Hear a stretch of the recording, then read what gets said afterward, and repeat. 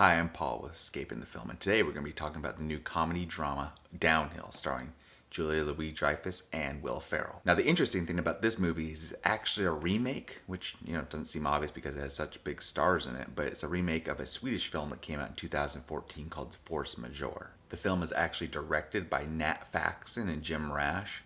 This is their second film after the Way Back, which starred Steve Carell and I think Sam Rockwell. This is a family drama. And it follows a family who goes on a ski trip in the Alps.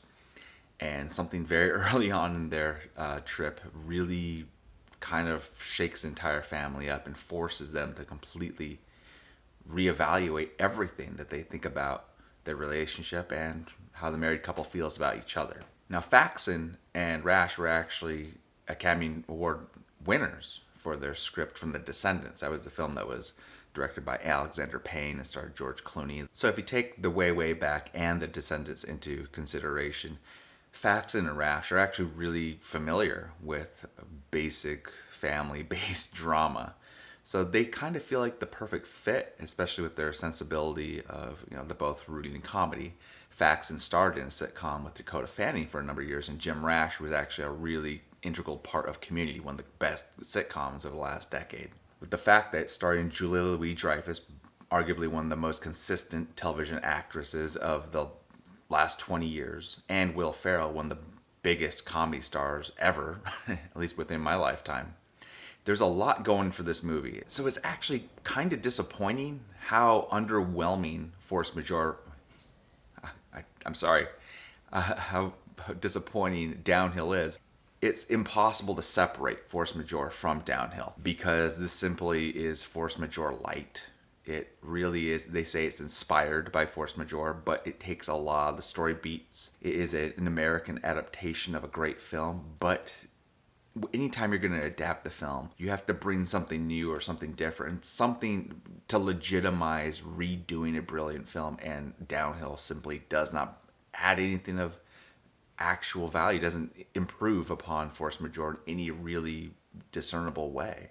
At its core, Force Majeure was a incredibly dark psychodrama that was rooted in a relationship crisis between a husband and wife. Very early on in their ski trip, they believe they're going to be overwhelmed by an avalanche. Now, the husband and wife react very differently in the face of this imminent doom. It's the fact that, one, they survived, but two, is how they reacted to this crisis. And the fact that one person in the marriage is very disappointed with the other person who, one, doesn't remember the event happening the way that everyone else does. Two, is kind of in some sort of weird self-deceit. The husband's reaction is absolutely something that drives a rift between the husband and wife and how they manage and move on. So Force Majeure was defined by its incredible intensity. Force is an incredibly funny movie, and the fact that its comedy comes from the pure awkward, the cringe of being in the moment, of sitting in the room with this husband and wife as they're just seething. There's a low simmering intensity. And so every comedic beat that comes in the movie, it's not traditional comedy. It's hilarious because you don't know how else to feel because it's just so bleak and dark. And Downhill, this adaptation, it really does feel like the Americanization of a better story. Now, it is a comedy drama, but it feels like a comedy wedged into a drama. I don't think it's helped at all by casting two iconically funny actors. Now, they're both very solid in this movie. I would say that Julia Louis-Dreyfus is far more tapped into what the vibe and tone of the film is. This is a movie that is almost incredibly dependent on its tone and being able to stick to it. And I don't think that Will Ferrell is appropriate for the tone. I think he does a very serviceable job.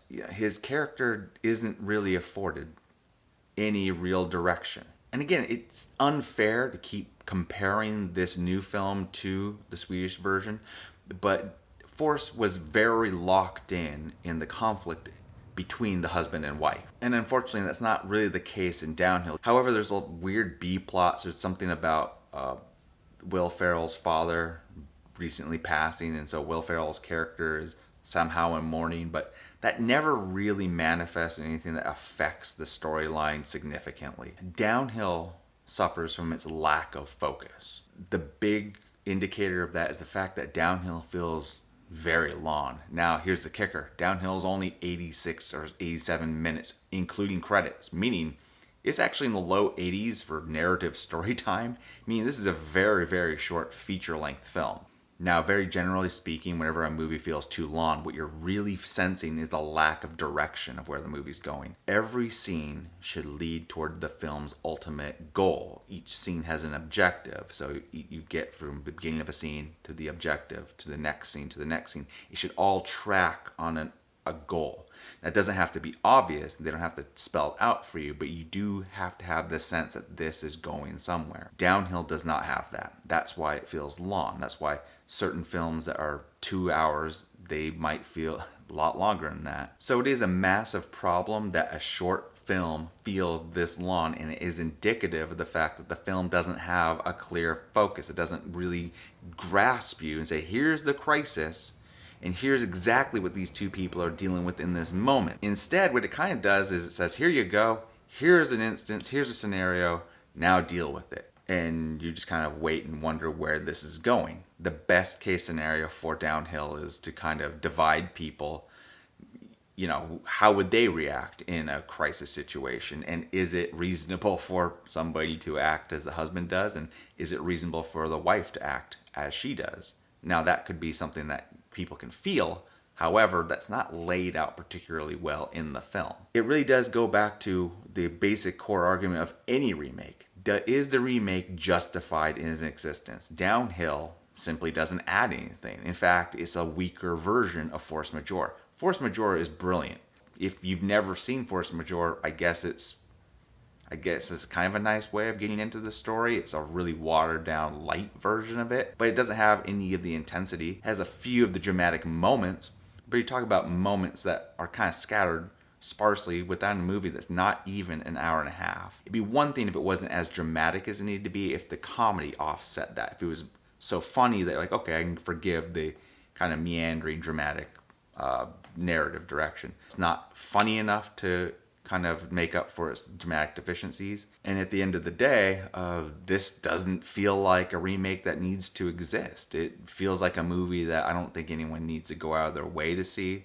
I mean, it's an interesting Valentine's Day release. This is the kind of movie that maybe you watch on Netflix or whatever streaming service it ends up on, and you'll probably tune out halfway through because there's just not enough there to grasp you, hold you, and compel you for 90 minutes, and it can't even manage that.